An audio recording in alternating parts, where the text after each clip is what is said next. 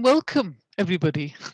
So last week we heard from Katrina Navikas about the background to the Open Spaces Society through their lantern slide collection which has been deposited at the Museum of English Rural Life, and their responses to pressure from an expanding urban population, unregulated building land and planning, and even the War Office, which really surprised me, taking huge chunks of land for training purposes, all of this encroaching on open space.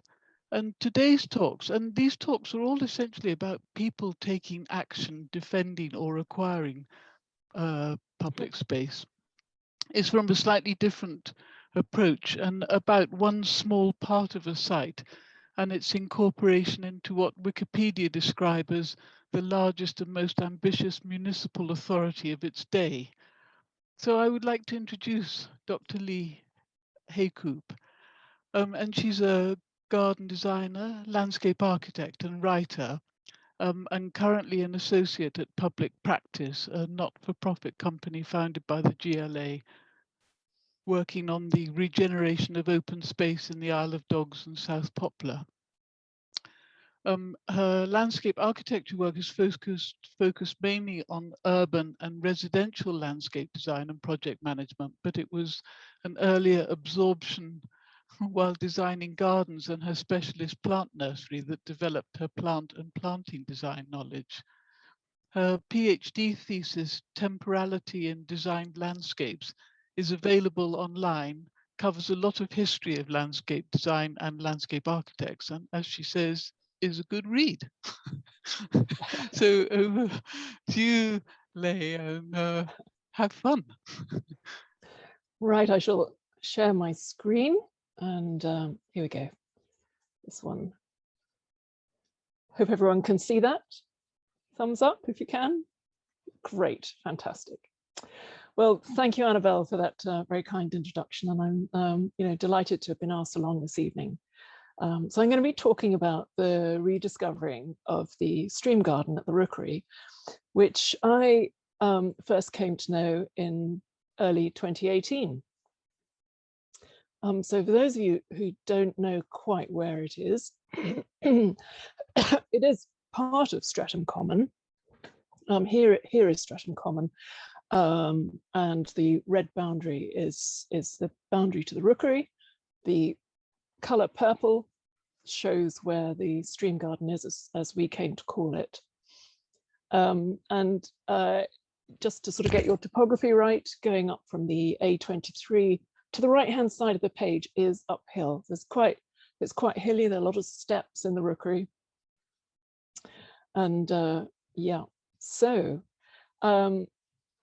so the Scoop, it's run by Scoop, Streatham Common Cooperative, and who took over a few years before 2018, and they were very successful getting 2 grants. This is the second HLF grant they got for, and this one was specifically for regenerating, or not restoring anyway, because the wording in the grant was very good about that. Anyway, repairing, regenerating what they called the Cascade Garden off to that side. And they recruited, first of all, me as a garden designer and then a project manager.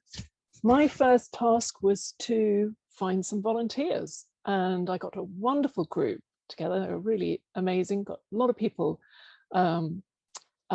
joining, and some then, inevitably there were days that couldn't be made, but we had a really good core group. And our first task, we had 3 strands of work to do. Our first was researching into the history and producing a pamphlet. Actually, we did more than a pamphlet. It was like a little booklet, really, in the end. Second strand of our project was redesigning the planting design for it. And the third strand was actually doing it. So a lot of hard work, a lot of backbreaking work. And of the volunteers who did most of the research, most of the pulling together towards the end, were Carol, Emma, Elle and your very own Annabelle. So all credit to them. This is a picture of the Rookery House. It was built, the Rookery House and its gardens were built next to Streatham Wells, which was where people had been taking the waters in the 17th and 18th centuries. So taking the water was very, very popular. And of course, we need to always remember that there wasn't clean water necessarily available. And I think that probably got a lot worse when the population of London grew. And as well, the waters were attributed with quite a lot of other properties. A cure-all, you could call it. They were used for, people took them to cure their gout or their bilious attacks, even blindness. And the Streatham waters were very, they had a very good reputation and were said to be 3 times stronger than Epsom salt. Sorry, not Epsom salts, Epsom waters. And indeed, they were bottled and sent around to hospitals and such like. The wellhead itself still survives, but the waters dried up some time ago. And the stream garden, we almost certainly, when it was built, we think it would have been fed by a spring, but at some point that dried up and it was just fed by a hose pipe and was leaking before this work, etc., that we went on to do. But back in the 1700s, it was quite a scene taking waters, and there were musical concerts and a lot of entertainment going on. And so Well House was built as a visitor facility. Unfortunately, it was built in 1783, and just 2 or 3 years later, the waters became contaminated, and in 1786, the wells were closed. And it looks like there might have been a period of a bit of sort of dereliction, because it wasn't until 1826 that James Coster bought Well House, which he rebuilt, calling the mansion the Rookery. And here is an 1877 map of Streatham. So the blue outline is around Streatham Common, as much as this map actually can show. Purple around the Rookery, and its boundary is different from today. So it includes Well House, which is sort of round that little sort of bump. But the most important thing to notice about this map, 1877, is this, that there aren't very many houses. It basically shows that this area was large country estates surrounding a small village. And in fact, Streatham means the hamlet on the street. It was the hamlet on the way from London to Brighton. But London population was growing, and it's into its suburbs. And a tram in 1891, tram extension here, simply brought on more building. And so contrasting this map with one 25 years later, you can see quite a lot of roads of terraced housing. And the graph at the bottom there shows how swiftly the population, the Streatham population, was growing. That really steep incline between 1851 and 1911 there. Sir Walter Besant in 1900 wrote about London, particularly about this area. He wrote, "This district is changing more rapidly than any of the southern portions of London. What was until recently country, and country of a singularly charming woodland character, is now solidly compacted with the main mass of the inner suburbs, for with great funds of ill-directed energy, the speculative builder has dumped his badly built and agonizingly uniform types of semi-detached villas on the hills, which nature intended to be a priceless heritage for the people of London." And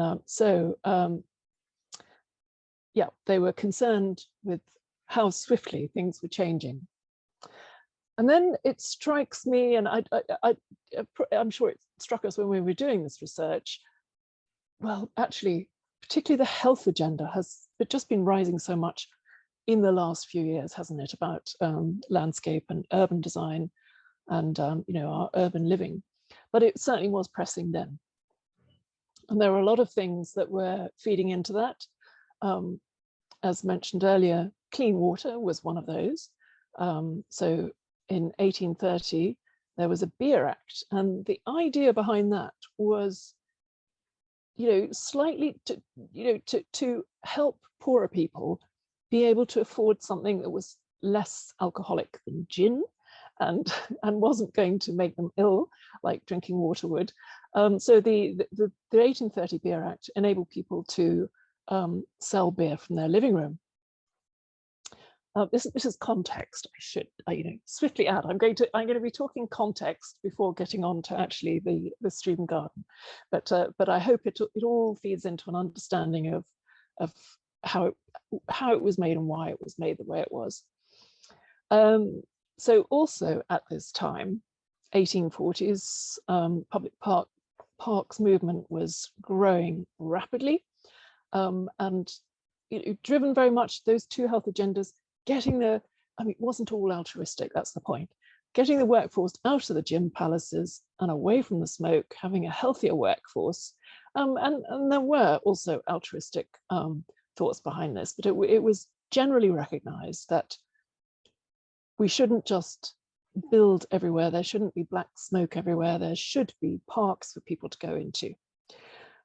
So this was happening very much in the 19th century. First publicly owned parks were, I think Derby was the first, wasn't it? 1840, something like this. Preston, Sheffield, Liverpool, I was probably wrong about the first park, Manchester, Ramsgate, Cheltenham, and a number of those were definitely facilitated by the 1866 Metropolitan Commons Act, which introduced legislation enabling local authorities to pay for the upkeep of commons from rates. And in that same year, the Metropolitan Board of Works bought Tootingbeck Common, and a mere 18 years later, it bought Streatham Common and Streatham Green, and less than 30 years after that, the Rookery was added. So that's the background. Oh, sorry, a little bit more on the background of the parks and just how amazingly popular they were. So for two of Queen Victoria's Jubilees, 1887 and 1897, 27 new parks were opened. I mean, they were really valued, very popular. They were seen as being integral to the fabric of social life. And people promenaded there, they went there for celebrations, whip walks, May Days, Midsummer Fetes, and such like. They were truly public venues as well. So there were, demonstrations, political rallies, non-conformist views. Our research, which I'm not going to be talking about tonight actually because it's not so relevant to the garden, as I think there were only a couple of these demonstrations down at the bottom of Streatham Common, where suffragette demonstrations and the growing women's movement. It's also worth just putting this package in with what became or realizing that the sort of synchronicity and the sympathy between the parks movement and the 1909 Housing and Town Planning Act. They were both about trying to address urban sprawl, pollution. They were both about trying to make lives better in densely urban situations.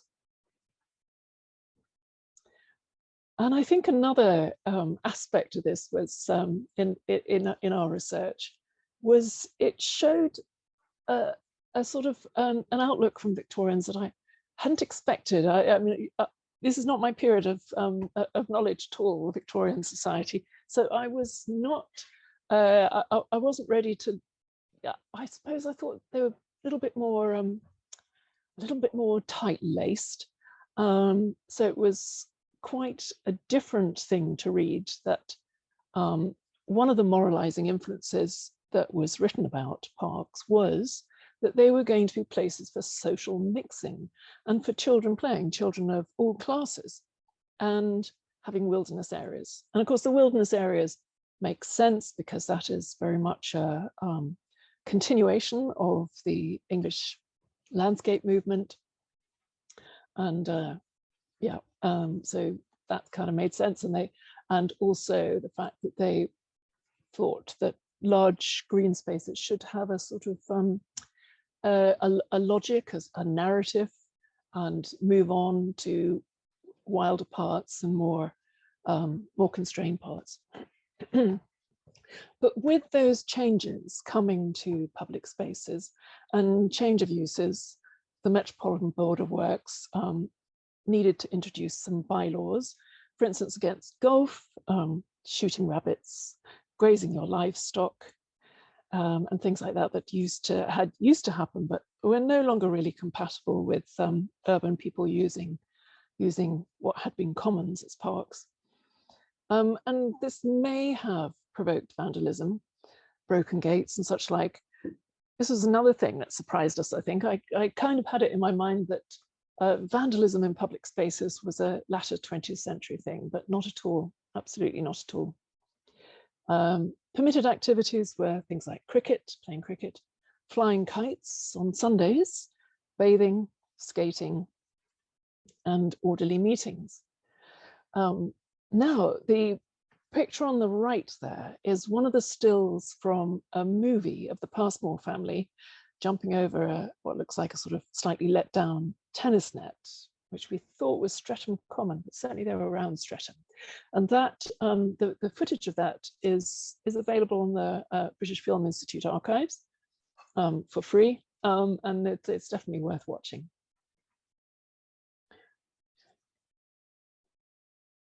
But in 1910, the Rookery House was up for sale. And with that pressure on more housing, developers wanting to develop more, this was obviously what was going to happen.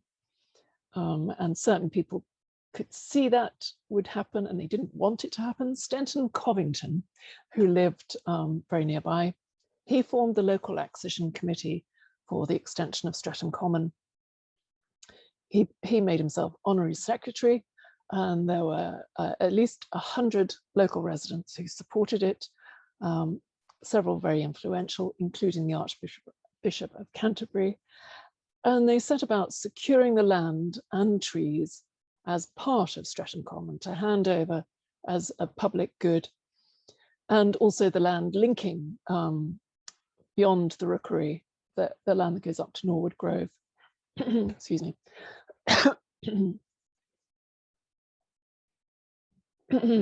They made an appeal leaflet, and it stressed that the Rookery was bought for stressed that if the Rookery was bought for property development, it would result in such a loss and ruin that rural character of Streatham, and including a view that Ruskin had written about as one of the finest to be had around London. Well, they were successful. They very quickly raised half the purchase price by 1911, and they completed raising that to £3,000 4 months later. You can kind of multiply by 100 times to today's money. And in 1912, they transferred the land to the London County Council. And works set about apace. The London County Council needed to get a chief officer of the Parks Department in place. They advertised, they had a lot of applicants, and it was certainly not, it was not necessarily a popular thing that Philip Maud should get the post, but he did. One person wrote, "We don't want someone with, from the military." Maud was from the Maud Line, Northwest Frontier in India. "We want someone in the post with horticultural knowledge, not a man to drill daisies, but to grow grass," was what was written. But whatever we think of Maud, he certainly got on very efficiently. So he was recruited in 1912. In July, he'd submitted costed plans to the London County Council for changes to the Rookery that he felt needed to be made to make it public. And that included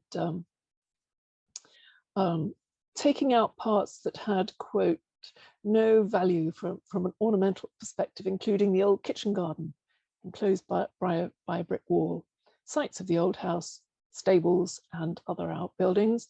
So they were to come down. And he put in costing for new fencing, some of it internal, some external, well, you know, boundary fencing, the conversion of the kitchen garden into the English garden, and the making of an alpine garden with cascade, associated pipework, paths, flower beds, and herbaceous borders. And all that was costed out at £1,275, which approximates to about 146,000 today. But, you know, things haven't changed quite so much, have they? The London County Council knocked that budget back by 20%. And so that had quite an effect, quite a reducing effect, really. And that, to give you an idea of that, the rock work in the Stream Garden had cost reductions to the tune of £99. That's about £11,000 in today's value. And if you think what £11,000 would buy in rocks and in skilled workmanship, starting to get an idea of the impact that 20% cut had. So very fast work. By December 1912, the house was demolished, but the exceedingly useful conservatory and greenhouses were retained. And then in July 2013, the Rookery was opened. No great fanfare. There was a notice in the paper, and it was a mere 1 year later before World War I began. So that is that gives the sort of background to the actual site. Another thing we were looking at, myself and my volunteers, was what design influences had there been in the making of the Stream Garden.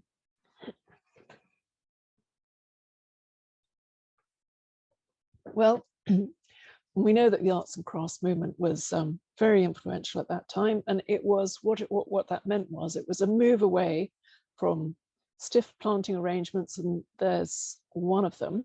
Not that Humphrey Repton always did that, but he often included it in clients' gardens, this kind of bedding out, symmetrical arrangement of planting. But instead, the arts and crafts movement was about, it was a reaction against all the industrialization and the loss of skills that was going on. It was valuing skills. It was about more natural aesthetics. And rock and stream gardens really evoked that very well, that sort of natural wildness and craftsmanship in the stonework. And they were so popular, rock and stream gardens, that real stone became very hard to get. And the Pulham family created a synthetic alternative that looked very convincing, which they were very careful to imitate nature with in terms of the way it was laid and the stratification of the rocks. But yeah, what is probably extremely interesting is to hear it from a writer at the time. Thomas Mawson had written a book, The Art and Craft of Garden Making, and although that the date of that book is 1912, and that is the date of the garden, so we can probably assume maybe that book wouldn't have been read by the makers of the Rookery at the Stream Garden, but we might think that some of his other writings could have been, or certainly should have been, and maybe they were. He wrote, the garden owner that is, and we can add in she, also longs for the free and the wild, for a seclusion where flowers and plants may grow in rank luxuriance and riot, or where the mossy boulders lie piled in romantic abandon, or combine to form a cool grotto overgrown with ferns, or rich brown bog or bubbling spring lies all but concealed in the profuse growth it has engendered. And he goes on, about how to create good effects with a rock and a stream garden. Naturally treated streams also form delightful adjuncts to the wild garden. Outlying portions of the domain can hardly be complete without at least a tiny streamlet. It's wonderful what an effective stream can be made from even the tiniest flow of water if it be properly treated. The secret of success is never to let the water trickle anywhere, but to arrange it in a series of large pools with falls between. The smallest fall makes a brave show compared with the same amount of water trickling or gliding over or among stones, and the pools suggest a larger supply than may actually be present. And these pictures here on the left is Wisley Rock Garden, which was absolutely contemporaneous with the Rookery. So again, one might have thought there would have been an exchange of ideas. Well, maybe not. And on the right-hand side is Percival Hall Gardens, which I visited recently, and I was intrigued to see this wonderful stratification of the rocks and the whole composition, really. The pond is in front with them. You can't quite see it in this picture, but you can just about.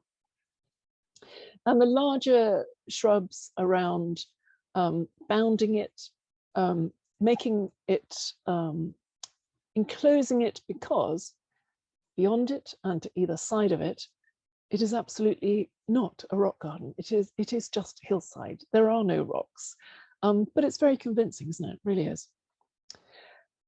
Another contemporary of the time and a household name for garden writing was Reginald Farrar. And in 1907, in his book, My Rock Garden, he wrote, "Where does the rock garden come in then? Well, outside the real garden, please, if it can be arranged. In the wild garden, and if possible, out of sight of all formal and artificial surroundings. Don't let the nurseryman pile you a drunkard stream of noxious cement blocks, all volutes and exaggerated cavities. Don't build up a sham grotto of clinker bricks on the lawn and rig up nasturtiums over it to hide the places where your alpines have died. But in the rock garden, rules, as a matter of fact, are more paramount than ever.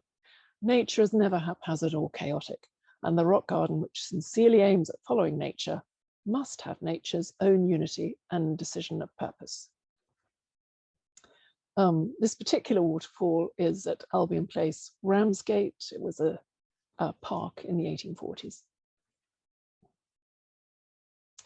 And the image on the left is from Winterbourne Rock Garden.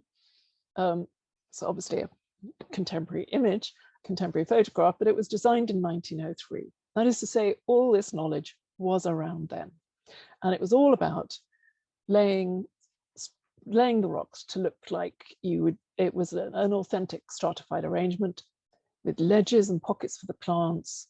And you could really make a complete effect.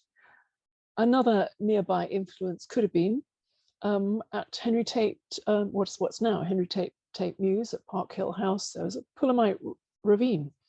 It was crafted in the 1880s, had a grotto, ferns, really was magnificent. I think it's fallen on harder times. I don't know if it's been restored now. But here, image on the right, an image of round about the time the rock garden opened. What we found was a little disappointing. And as I mentioned before, the rock work no doubt was hit by those cost cuts. It seems to have been what we found actually in the garden. I mean, it looks here like you've got well-laid rocks up that path. They aren't. Those were kind of someone having a go, some sort of concrete fabrications. We did find real stones actually through the border. So the border that those people are standing in front of on the left-hand side, which later became grown up, and we later called it the Acer border. But there were stones in there, real stones. But generally speaking, it was a bit of a sham. At the back there, you can see what was built as a kind of supposed to take the water up and fall down. It's kind of, we called it the source, but it was where the hose pipe came out. but it would have been where there had been a spring of water, which would have trickled down the site, because the whole part of that garden is on a hillside.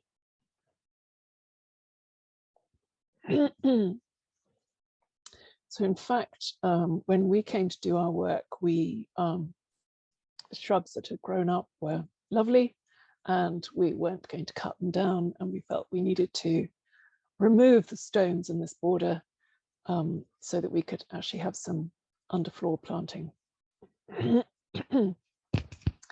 But to return to 1913, the popularity of rock gardens did mean that there was some, pragmatic compromises, or however you like to call them, about bringing in hardier plants.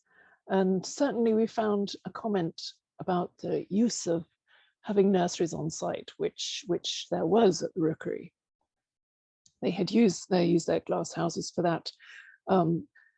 Site nurseries as being a source for having a few well-grown shrubs in pots that can be used to fill unexpected places in the shrubbery or flower garden. So starting to get a sense of like, okay, if something's died, a little bit of an ad hoc kind of, we'll just put anything in, this will do there.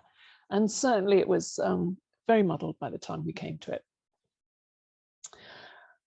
So there were lots of other gardens that Philip Maud and others could have looked at for inspiration or knowledge. Another thing we were looking for was actually a list of the original planting. What had they actually put in? Even if those plants had died, it would be good to know what they actually had put in. Well, we didn't find a complete list at all. We have early photographs, as you're seeing throughout this. And this is really courtesy of John Brown's collection of photographs. He's, I think, in the Streatham Society. And also there were two articles about the Rookery and this part of the garden in the Rookery.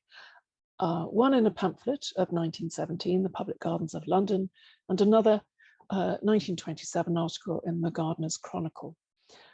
And what we learned from those generally is planting was a mix. There were plants that were suitable for water or bog garden. There were some alpines around rocks, but otherwise there was a bit of a mixed selection of shrubs and perhaps some trees amongst those that were already existing. This is a list of shrubs that were talked about in one or other of those articles. So there was I'll go by the common names: prickly heath, Spanish gorse, shrubby bindweed, Darwin barberry, Spanish broom, a daisy bush or several daisy bushes, and Cypress hebe. Early photographs, they also feature pampas grass, which would have been quite outstanding at the time, but it's only mentioned anecdotally. It's not in a list. We found also mention of commercial nurseries nearby: John Peed and Sons, Mitson Brothers, G.H. James, who owned Castle Nurseries. But at this point, quite honestly, our volunteers, we were trying to get a flavour and not, it wasn't a master's or a thesis or anything that we needed to go into in great detail. So we kind of listed out, which I'll come to a bit later, the plants that we were listed, but we didn't go further into it. Among the water and waterside plants, there were water lilies of red, white, and yellow. There was arrowhead, yellow monkey flower. There were sedges. There was Gunnera manicata, the giant rhubarb, and exotic pampas grass, and New Zealand flax and bamboo. So we're getting an idea of quite a few. They must have thought. I think we think that some of those plants, like the Gunnera and the pampas grass and flax and bamboo were thought of as quite exotic and special. We don't know which water lilies they were, but we did find mention of these in other articles, and they may have been these species, which I won't read through to you. Another thing that I think I found slightly surprising, because one of the things that we were doing in our redesign and our planting design was to encourage wildlife and to make sure we had planted up a sort of sanctuary area near the water for frogs and tadpoles and newts to go to. But it was good to actually read of William Chooker recommending something similar, not necessarily about a sanctuary area, but saying that they are to be encouraged because they are great at, that they're a natural form of pest control, slugs and such like. And here we come on to lists of plants and when they were written about. And these are about all the plants that we found specifically listed. So there are quite a few irises, and we made sure to put several irises back. Here is a recent picture of the gunra, which, an exotic at the time and written about, has featured in the garden ever since and has been very popular. In fact, we came across, but then lost, I'm not quite sure who showed it to us, a photograph of two young girls sitting under a giant gunra leaf in the sort of late in the summer when they'd grown really big, who later had come back to the rookery and taken a picture of themselves as adults under the gunra again. But anyway, this plant was written about very favorably by both Thomas Mawson and Gertrude Jekyll, and encouraged as a good plant to put at the top of watercourses. It was written about so saying, if there's space enough here, would be also a place for giant gunneras. It was a good day for our water margins when the giant gunnera were introduced, for the immense size and noble form of their foliage enables us to make water pictures on a scale that before was impossible. And so these two pictures are, as you can guess, very recent pictures. And the one on the right is of the Acer border that I mentioned before. It's the left side of it where there's, to compare to that earlier photograph recently after it was opened. The picture on the left we call the rhododendron border, picture on the right, what we call the Acer border. So our treatment was going to be very different. But we were looking at, also what had been recorded about the planting after its opening. And we find very little. Rhododendrons were first referenced by Draper in 1979, Japanese acers by Lister in 2001. And there weren't any photographs to show what was there when they were there earlier. So we didn't have a complete list of plants, and there seems to have been a gap between 1927 and 1979. It's really hard to say with certainty when these were added and when other additions were added as well. So I think, as you'll have picked up through this, I've called this part of the garden different names throughout this presentation. At the beginning, when Maud submitted his design, he called it an alpine garden. A year later, or several months later, when he submitted the reduced costs, it was called the rock garden. And I wonder whether that was to do with savings on the alpine plants, which we know were listed. In fact, I might even have the amount here that they were. Yes, the planting planting reductions, cost reductions for this garden, £21, which was significant, given that £99 is £11,000 in today's money. £21 was a lot of money that was saved on the plants. So it was called Alpine Garden, then Rock Garden, and it seems to have been called that off and on in slightly different ways in quite a few different articles over the years. And somewhere I've got a bit more detail on that, yes. So a 1917 London Parks pamphlet calls it a combined rock and water garden. In 1924, it's described as a rockery, a wild garden, and a white garden that's next door to it.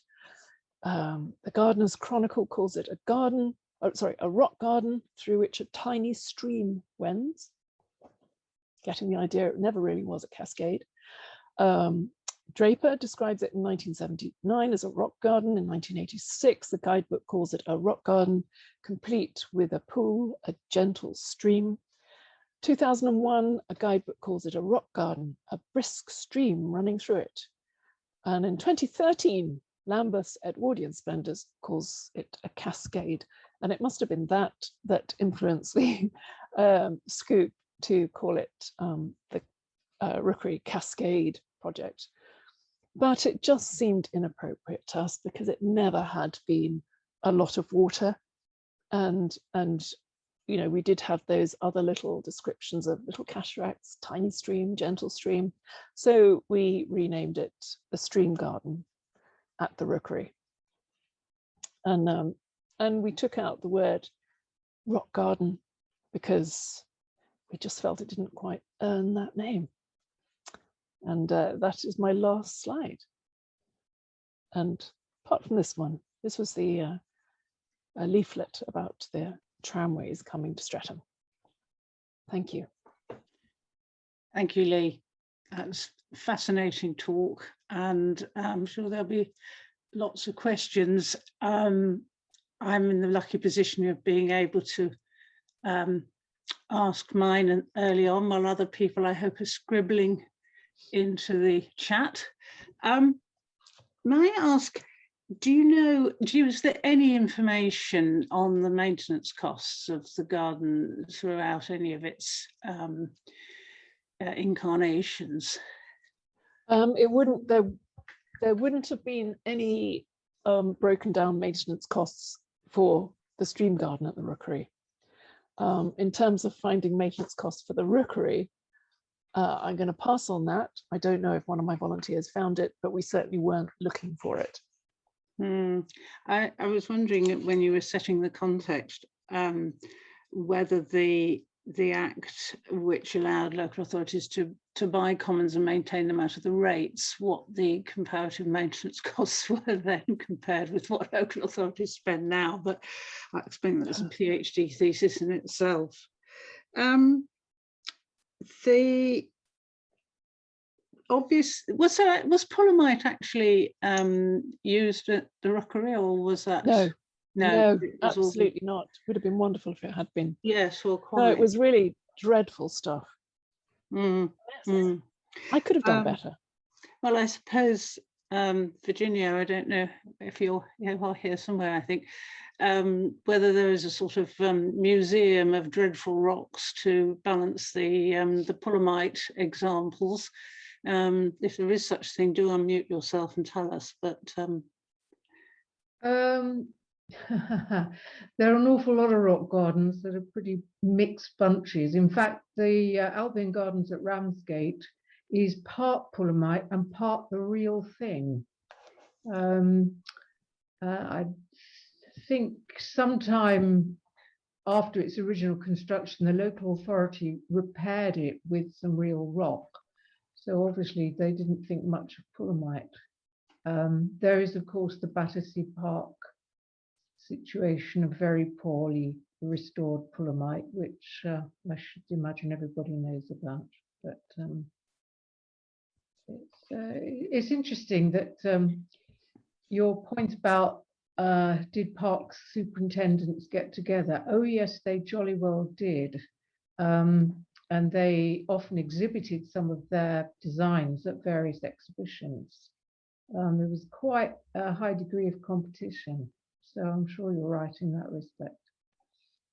Oh, I remember I did forget to point out one thing, which was I rather think they certainly had got the location right. You know, those quotes before about a rock garden needs to be off away from the formal part, and you know, and they did that right. They did get that, and that feeling of it. You know, and I mean, when we were there, always, you know, people really respond to that part of the garden. They find it. Little children get so excited when they run through into it, which makes it, of course, hard because they run all over the plants. That was one of the questions I wanted to ask as well. Was, you may not have had a planting list, but are there any records of the user's response to either the garden or to the planting or to the style? Obviously, it was very popular. Do you have any records of what people thought of it? Historical records? No. Now, Annabelle, you're probably going to remember this better than me. So one of the princesses used to come and visit the Rookery, but whether she actually went into that part of the garden or not, I don't know. Apparently she used to like the White Garden. It was Queen Mary who liked the rhododendrons in Dulwich.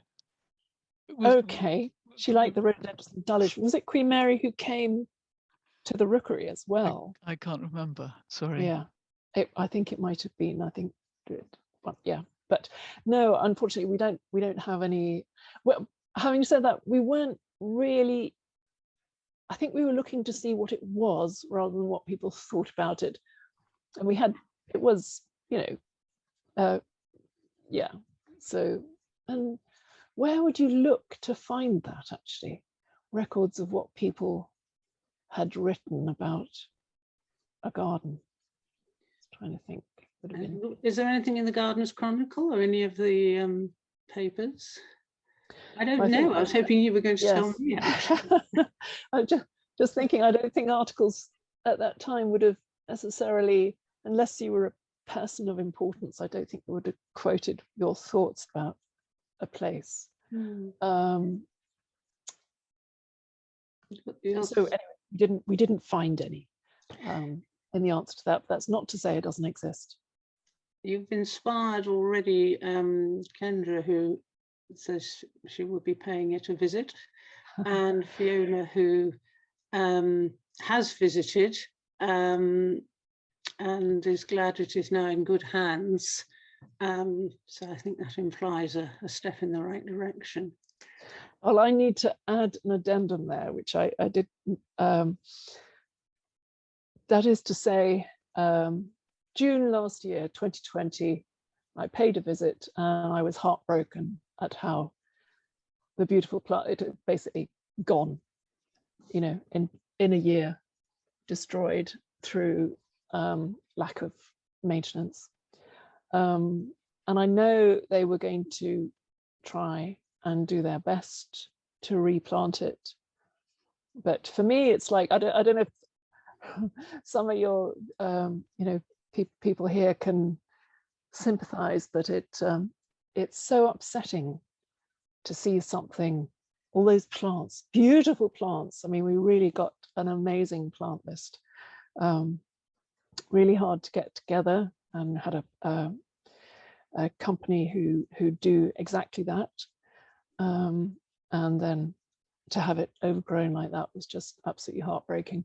So I don't know what it's like now. I don't want to go back.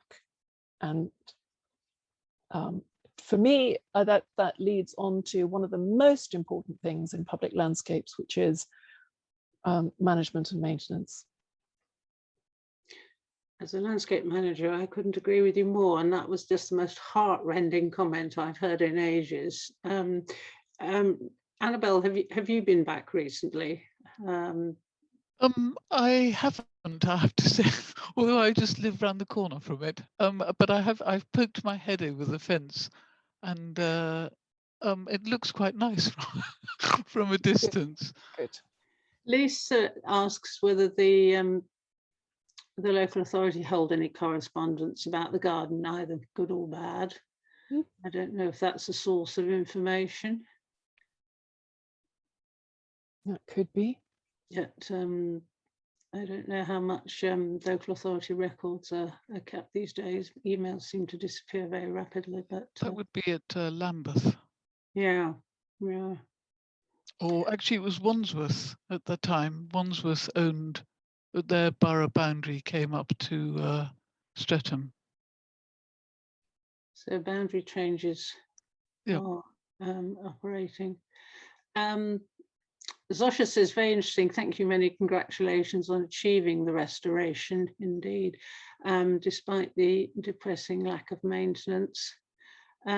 Stephen says, letters to local papers and news reports of local authority committee meetings are a good source of views about gardens and might also shed light on the costs. So looks like another PhD thesis is coming up. But good for him. And Lisa says, does it have a volunteer group now? Probably the only people who can put the necessary work in.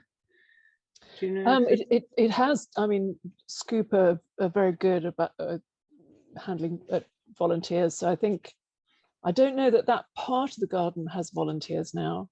I know they have volunteers in the produce part of the garden and volunteers in the woodland and the wilder parts of Streatham Common. They have various things. So I think COVID's had a very, sorry Lee, go on. So in answer to that, I don't exactly know, sorry. No, I don't know what others have experience of volunteers or lack of volunteers in COVID. It's certainly, in my experience, had a very interesting impact on design, visual impact and biodiversity. The fact that volunteers, I gather, are only just going back now. Is that in other people's experience of that? That I think the National Trust estate volunteers are starting back now.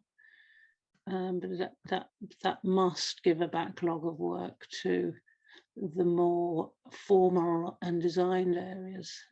Anybody got any information on that? That seems it's interesting to hear, Helen, because we know that being outside, there's a much reduced risk of infection. So that's sad that has taken so long to come back. I'd have thought that would have happened this early spring. Well, maybe it has in other places, but I gather, and again, I'm very happy to be corrected on this, that the complexity of bringing staff off furlough who can, furlough, that's an interesting one, who can provide the level of support for volunteers and health and safety and so forth. So it's taken a while to put that back in, but again, if anyone can correct me with information, I'd be very glad to hear it. Do we have any more questions? If we don't, have I missed any? I don't think I've missed any on the chat.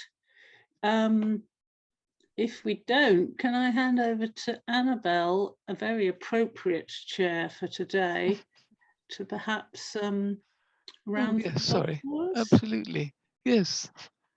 So Lee, can I just ask a quick question? What did you get out of this project? Heavens, what did I get out of it? Well, you know, as a positive thing rather than. Oh yeah, definitely. I'm not going to. I don't want to dwell on the negative. Well, wonderful working with.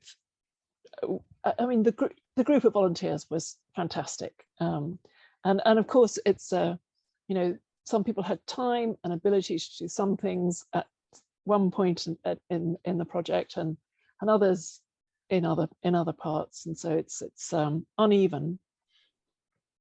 But that was necessarily so, really. Yeah, I was amazingly encouraged and really nicely surprised by how the volunteers, all of you, got really into things, both and the amount of hard work. It was, you know, we really worked hard in the garden, physically hard, and in some very wet weather and in boiling hot weather, you know, really there sweating away. And I suppose, what else did I gain from it? I always just learning that history of it, because previously I had on my own, back many years ago, kind of studied the English landscape movement, done a lot of reading on that, come away with some of my own opinions on that, non-academic. And then in my PhD studies, well, I would say that as a garden designer, John Brooks was absolutely wonderful chair of the Society of Garden Designers, and we had fantastic speakers coming to talk to us from all over the world. So, you know, it got a lot of flavors of what was happening in America and Europe and other places in terms of design, in terms of planting, and then building on that, with my own garden designs, and then having that sort of little sort of question mark going off in my head that wouldn't shut up, that led to my PhD. And although my PhD is very different, temporality in garden design, and it was looking at designers from 1945 through to 2005, I think, meaning and temporality being a sense of time, not a measure of time. So that means, because I realized that historic landscapes have already been incredibly well studied, so I didn't really want to capture them. I wanted to do something else. I wanted to talk about our sort of phenomenological feelings for it. So how that is, again, sort of like, if you like, how the stream garden at the Rookery plays into that, is because people respond to the Rookery almost as soon as they walk through the gates, and then in the stream garden itself, again, it has its own atmosphere, and you know, children start running and, you know, playing, and it's just a lovely place. So it felt really good to be picking it up from being a very downtrodden kind of place into making it have something more of the atmosphere it had so much potential for. That was absolutely wonderful. And then, of course, there are, you know, the lessons to be learned about maintenance and management, and which I'd started thinking about some time before doing that work, and certainly have done since, and have interviewed a couple of park managers. It would be a huge piece of work, but actually in my current role, as an associate at public practice, we are asked to do a little piece of research in our own time, besides working incredibly hard, 5 days a week. And with a couple of other people, we are going to be working on placekeeping, actually, is a word I prefer to stewardship, but fundamentally that, because so much of so there's a skills shortage. Horticultural colleges are not training adequately. They're still requiring at exam, you know, to pass exam on double digging. Well, excuse me, double digging. We now know it to be positively destructive of the microorganisms. This makes me extremely cross. So they're spending all that time on that, and they're not learning other stuff, which really needs to be learned. So as a landscape architect, I still get challenged. I was working at Patel Taylor Architects, and I worked on the landscape for a big housing regeneration outside Kingston. And the planning department, someone in the planning department at design review panel stage queried the planting. It was only at that stage done quite generally. It's sort of like an outline plan, if you like, but having thought through in detail, but certainly doesn't include plant lists, and queried the capabilities of maintenance to look after it. But I know, because I'm quite good on maintenance, I've actually done that, I've studied it as well. I know it's actually lower maintenance, but some new skills need to be learned. They need to stop doing some of the dreadful, you know, shearing over everything and around every shrub 360 degrees, and they need to learn a few other things, and that hasn't been done, so it's immensely frustrating. Anyway, so after following the Rookery, following that project, it was a topic I wanted to look into more deeply. And I started to realize the size of the topic and kind of balked at it. And now with a couple of other public practice colleagues, I think we're going to try and produce something about it. But it's just really Brilliant. essentially has to be grasped.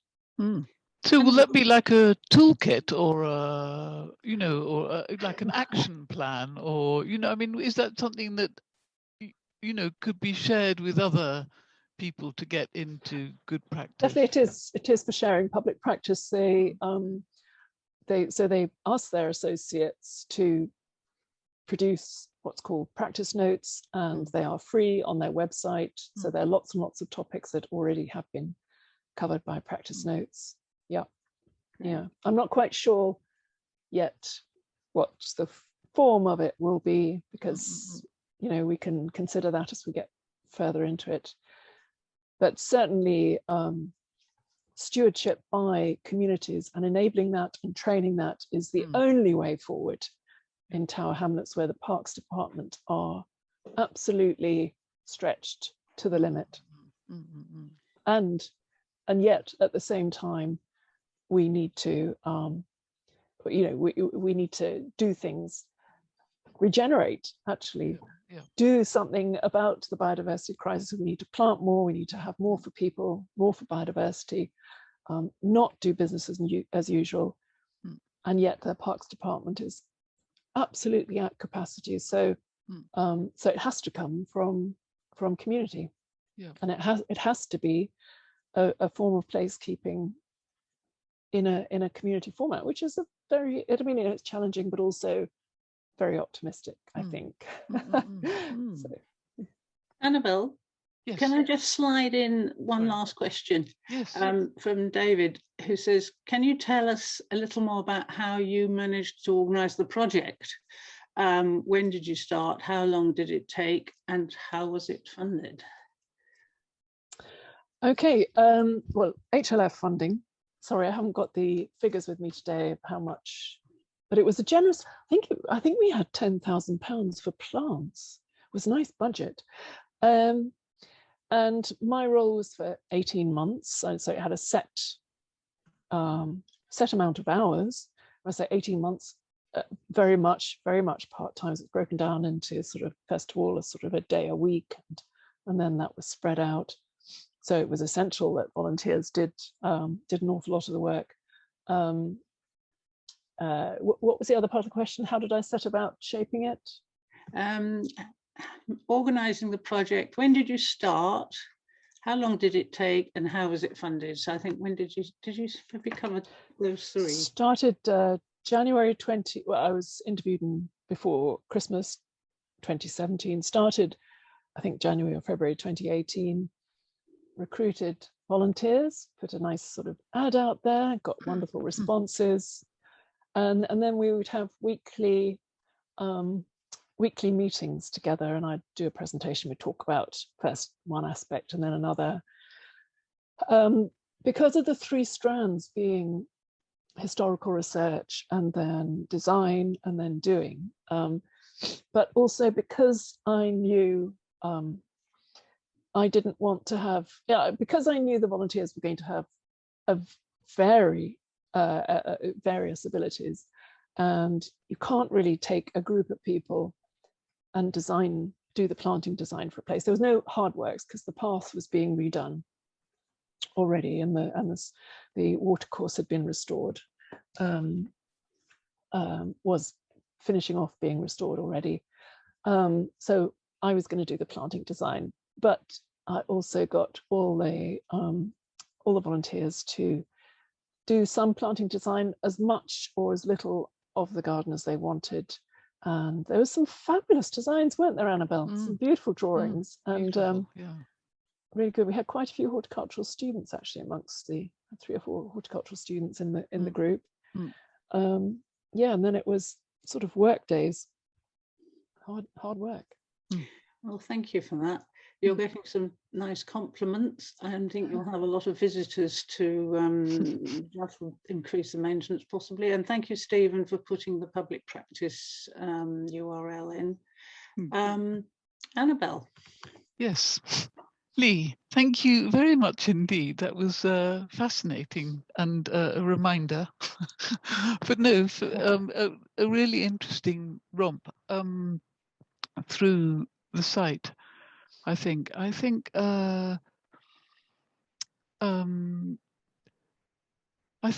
one thing that really, sorry if I may just add this, one thing that really fascinated me was actually the drive of old Stenton Covington, and you know, without individual people, that land would have gone for new housing, and the plot next to it, I think there were 2 plots that were up for auction or for sale that were at risk, and I think, and he fought really hard to get that, and I think, and he got people like Octavia Hill on his side, and all sorts of, as you mentioned, all sorts of other people. So I think, no, it's brilliant, lovely. Thank you very much indeed. I think you've woken us all up into thinking about rockeries and how horrible some of them are and how nice some of them are as well, and setting it into context. I think seeing all those other images of Wisley and, oh sorry, that other play, Parsifal. Yes. I thought, you In know, North Yorkshire. yes, no, really fascinating. And then the little modest, which is probably unfair to compare them, really, isn't it, in a way? But well made. So thank you very much.